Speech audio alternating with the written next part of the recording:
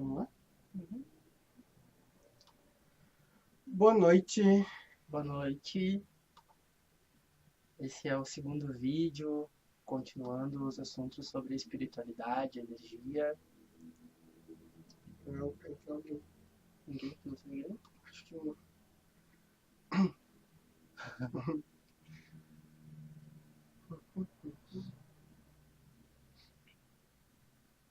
Como que a gente sabe?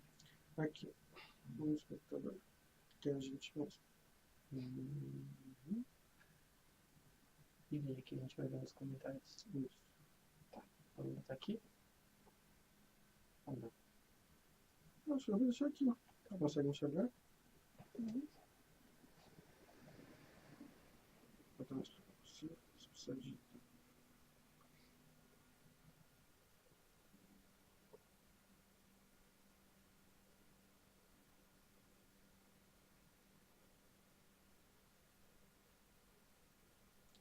Será que a gente... Acho que a gente começa, né? Vamos lá então. Uhum. Vai lá, pode começar. Boa noite para todo mundo. Esse é o nosso segundo bate-papo, a nossa segunda conversa. A gente leu os comentários da outra semana, a gente ficou com as perguntas na cabeça, com uma série de informações, e a gente decidiu trazer agora para a gente bater papo e para a gente conversar justamente essa ideia sobre o que é energia, como ela funciona, trazendo alguns aspectos do que a gente falou na semana passada para um outro entendimento, né? Então, a gente vai seguir algumas coisas do que a gente falou na semana passada, só que sem ter a necessidade de ter assistido naquele dia. Então, se alguém não viu, pode ver depois, porque a ideia é a gente poder bater um papo e conversar de uma forma bem Descontraído. descontraída. Exato. Antes da gente iniciar, né? Meu nome é Cristiano, Eu sou o André nós somos do Lado Zen. e a gente vai falar sobre mediunidade, energia, espiritualidade, Despertar despertar consciencial. consciencial, principalmente, né? Então, são essas questões todas que nos movem, né? E que a gente quer trazer para vocês. À medida que vocês forem tendo perguntas, quiserem comentar qualquer coisa, é só postar ali nos comentários do vídeo, que é assim que possível a gente responde e interage com todo mundo. Isso aí. Cris, vamos começar trazendo uma coisa que a gente estava conversando na semana passada, que era a questão do corpo, dos chakras, da mediunidade, como essa faculdade mais aflorada na nossa pele, que a gente, não necessariamente na pele, né, mas No nosso ser. no ser, Sim. de entender e de sentir as energias, né? Uhum. Na semana passada tinha uma pergunta que era a respeito das energias que nos acompanham. E uma coisa que eu acho que é interessante a gente comentar para começar esse diálogo é justamente sobre essa questão. Por exemplo, a gente faz alguma coisa, a nossa energia fica impregnada naquilo. Vamos falar um pouquinho sobre isso. Uhum. Beleza. Isso começa desde sempre, né? Desde que a gente nasce, a gente tem essa capacidade de transferir um pouco da nossa energia para aquilo ali. Principalmente as crianças que nascem ainda sem os chakras estarem completamente formados, elas acabam permeando muito todos os ambientes em que elas estão, e quando elas estão com algum brinquedo ou com qualquer coisa na sua mão interagindo com aquilo ali, a energia delas tá imposta naquele objeto, né? E algumas literaturas dizem que, inclusive, se a pessoa chega a qualquer pessoa e tira abruptamente o objeto da mão da criança, Dá um choque de energia. dá um choque de energia e ela sente como se fosse uma dor física no organismo Sim. dela, né? Acho que um jeito fácil também da gente entender é que essa nossa energia que a gente fala, essas informações, é como se fosse um líquido que fica ao redor do nosso corpo, né? E toda vez que a gente troca intencionalmente essa energia, ou sem intenção mesmo, com um objeto ou com alguma coisa, como se aquilo ficasse molhado por essa energia, né? Exato. Então, como se o ectoplasma fosse molhando e trazendo interferência para essa energia. Exatamente. E tudo tem a energia, né? Voltando um pouquinho do que a gente falou sobre os átomos, que tem lá o seu campo eletromagnético, a força eletromagnética dos elétrons ao redor do núcleo, todas as coisas físicas são formadas por átomos, né? Então, todas as coisas têm um campo de energia, sejam elas vivas ou inanimadas, elas são energias em diferentes estados de condensação. E, opa, Caiu o fone. tá bom.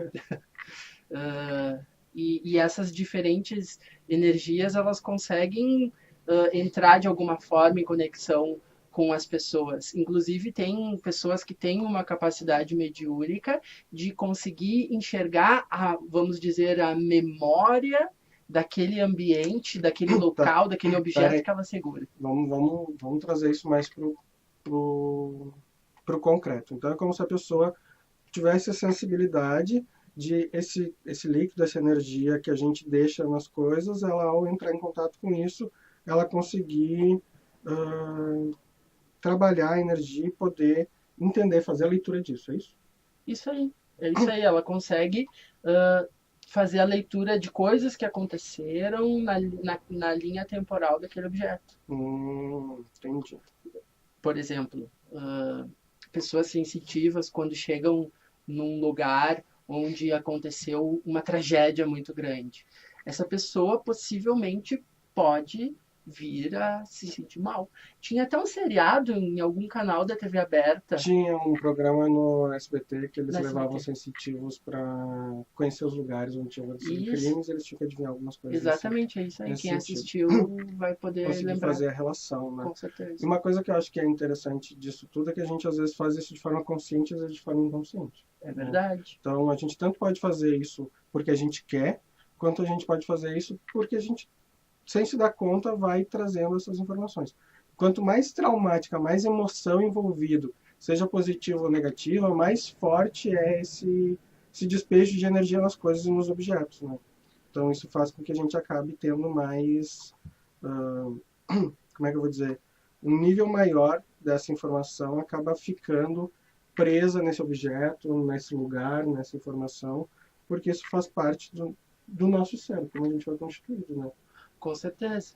E esse intercâmbio de energias, ele funciona muito fortemente de pessoa para pessoa quando a gente tem um vínculo emocional com alguém, né? Criam-se cordõezinhos energéticos que te ligam com aquela pessoa e dependendo da sensibilidade e do grau de intimidade que essas pessoas têm Fica mais forte. esse vínculo ele vai ficando cada vez mais forte a ponto de a pessoa conseguir sentir se o outro, não importa a distância que ele esteja, se tá bem, se não tá bem, se quer falar com a gente, se não quer falar. Aquela coisa da transmimento de pensação. Isso, transmimento de pensação. Pessoal que está chegando agora para acompanhar com a gente, se tiver perguntas ou tiver sugestão de assunto, joga aí nos comentários para a gente poder dialogar e para poder virar um bate-papo efetivo, para a gente trocar coisas, né? A gente está falando um pouquinho sobre mediunidade, um pouquinho sobre energia, a gente está falando agora dessa questão da energia que a gente joga nos lugares e nos objetos, né? A gente poderia fazer uma historinha com isso, né? Por exemplo, a pessoa, a Mariazinha ou o Joãozinho, está vivendo a sua vida. Ao longo da sua vida, conforme ele vai crescendo, tudo aquilo com o qual ele interage, ele vai deixando informações, vai deixando rastros de informações. Por exemplo, ganha um brinquedo, deixa informação naquele brinquedo, deixa energia naquele brinquedo, né?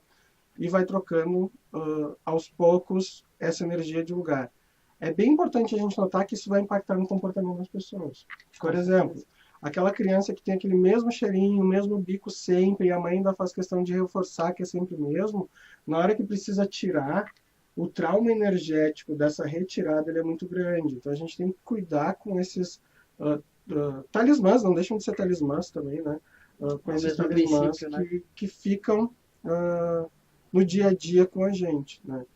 A mesma coisa vai acontecer quando a gente fala relacionado a pessoas. Então, tu tá te relacionando com uma pessoa, tu vai depositar uma quantidade de energia na egrégora dessa pessoa, na aura dessa pessoa, e vice-versa. Se houver relação sexual, então, essa troca energética ela é muito maior, porque a emoção, o instinto e todos os picos químicos que acontecem durante o ato fazem com que essa assinatura energética que fica nos outros, né, nossa nos outros, dos outros em nós, ela acaba se tornando mais forte. Eu acho que a gente sempre pode partir do pressuposto de que se existe uma troca física, consequentemente vai existir uma troca energética, porque a energia vem sempre antes É. a parte energética vem sempre antes da parte física, né? E no sexo há troca de fluidos. Exato. Uma coisa que é legal de falar, se por exemplo, não sei se todo mundo curte música, mas acredito que sim, né? Porque música é uma das coisas de gosto universal, muda estilo, mas todo mundo gosta um pouco de música. Sim. Se já ouviu o artista que gosta no YouTube, no CD, no DVD, no que for, e vai num show, a energia do espaço, a movimentação é completamente diferente. Completamente diferente. A qualidade do som às vezes não é tão boa, mas o fato daquela energia, daquela presença de palco que é emanada, aquele magnetismo, acaba tendo um reflexo positivo na gente, né? Tu sente a emoção que aquele artista tá lá no palco querendo passar, né? Ela vem como uma onda, seja onda de amor, de alegria, de felicidade, de ódio, de depressão, não importa. Isso vai funcionar como um elemento magnético nosso, do nosso corpo, para com o resto, né? Com o resto do universo, com o resto das coisas. Uma coisa que é bem importante é que algumas pessoas, a gente normalmente faz isso inconscientemente. Né? Então a gente gosta de alguém, a gente se relaciona com as pessoas no nosso dia a dia, no nosso trabalho, e a gente vai criando laços de amizade, de afeição, e isso energeticamente também se constitui em laços, em ligamentos energéticos. Quanto mais a gente convive, maiores os ligamentos energéticos. Né? Uma coisa que é interessante disso é quando a gente começa a fazer isso de forma consciente. Utilizando ativamente a tua energia para modificar a tua realidade, isso? Exato, né? E também, por exemplo, assim, não sei se vocês já notaram, por exemplo, tem uma pessoa que faz uma comida com muito carinho e ela está depositando a energia dela naquela comida. Tu pode fazer a mesma receita, do mesmo jeito, seguindo os mesmos passos, e às vezes não fica igual, porque falta aquela assinatura energética naquele prato, que é uma das principais formas da gente transferir a nossa energia é com esse tipo de preparação, né? A comida. Tanto que se a gente prestar atenção nos rituais de diversas religiões ao longo do tempo, a questão da comida como entrega para os deuses ou como ritual de participação para troca, ela é algo que se estabelece em todas as culturas, né? É, realmente. Então, o ato de contribuir com a refeição, de trazer algo que preparou com as próprias mãos, né, que dedicou um tempo para o preparo, é extremamente importante. Isso vai acabar fazendo com que a gente tenha fraco. É por isso que dizem que a gente pega os amores, né, pelo estômago. Porque a gente acaba fazendo esse processo, ele acaba virando uma certa magia, essa energia, né? Tem que fica no ar. Né? Algumas linhas mais esotéricas, magísticas, chamam o ato de cozinhar de estar praticando alta magia, inclusive. Né? Sim. Então, não deixa de ser uma alquimia. Porque a gente está trabalhando no processo físico e químico, né? Transformando aquela matéria que depois vai ser comida, né? De forma energética. Então... Já diziam as bruxas lá, pernas de morcego, não, pernas de grilo, isso. Asas de morcego. Perna de aranha, né? Essas coisas todas. Na verdade, gente, se vocês forem estudar historiograficamente essa questão dos ingredientes das receitas de magia, eles são codinomes para ervas, né? Eles não são necessariamente asa de morcego, perna de aranha, né? Aqui no Rio Grande do Sul a gente usa muito graspa de grilo, né? Raspa de grilo. Raspa de... Sei lá. Não sei. É raspa lá. Raspa de grilo. E como que a gente poderia utilizar essa movimentação energética ativamente para, vamos supor, para limpar a casa?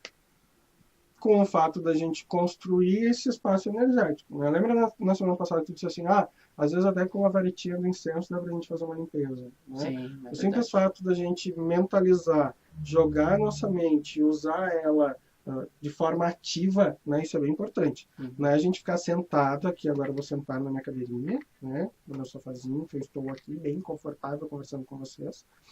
E vou simplesmente mentalizar que minha casa está limpa e protegida e pronto. Não, eu preciso trabalhar de uma forma ativa para isso. Então, materialmente, a casa tem que estar limpa, né? Tem que estar organizada, porque senão a gente vai ter entradas de energias que não são legais, porque todas essas bagunças ou sujeiras materiais refletem no espiritual, de alguma forma. A gente pode dizer, sempre quando a gente fala espiritual ou energético, a gente está querendo falar da mesma coisa, tá? Isso, matéria sutil. Muda só a nomenclatura, vamos dizer assim, Exato. né?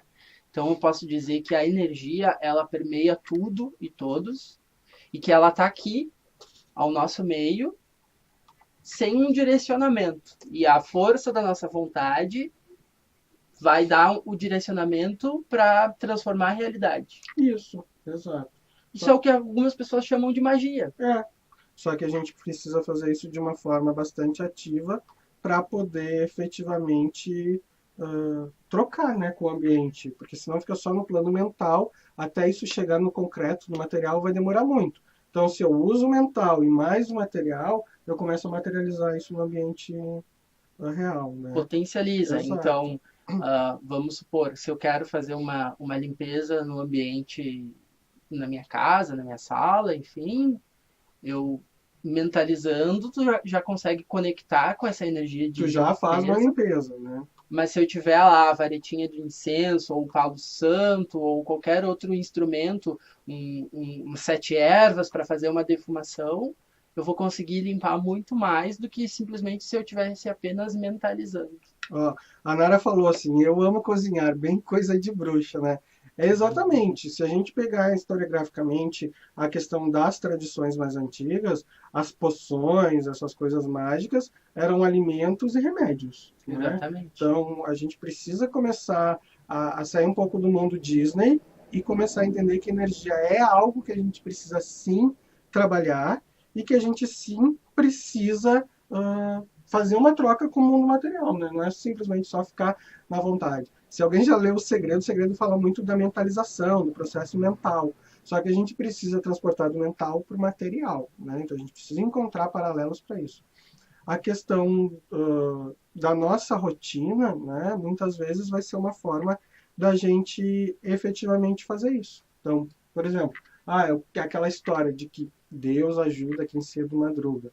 Isso significa, se a gente for deixar a metáfora de lado, Deus ajuda quem faz. Né? Quem se movimenta. Quem se movimenta. Se a gente pegar a física simples, a física mais a física, né, que a gente estuda na escola. No colégio. A gente vai pegar um dos princípios da física, que é a inércia, por exemplo. Então, se o objeto está parado, se nenhuma força incidir sobre ele, ele vai permanecer parado.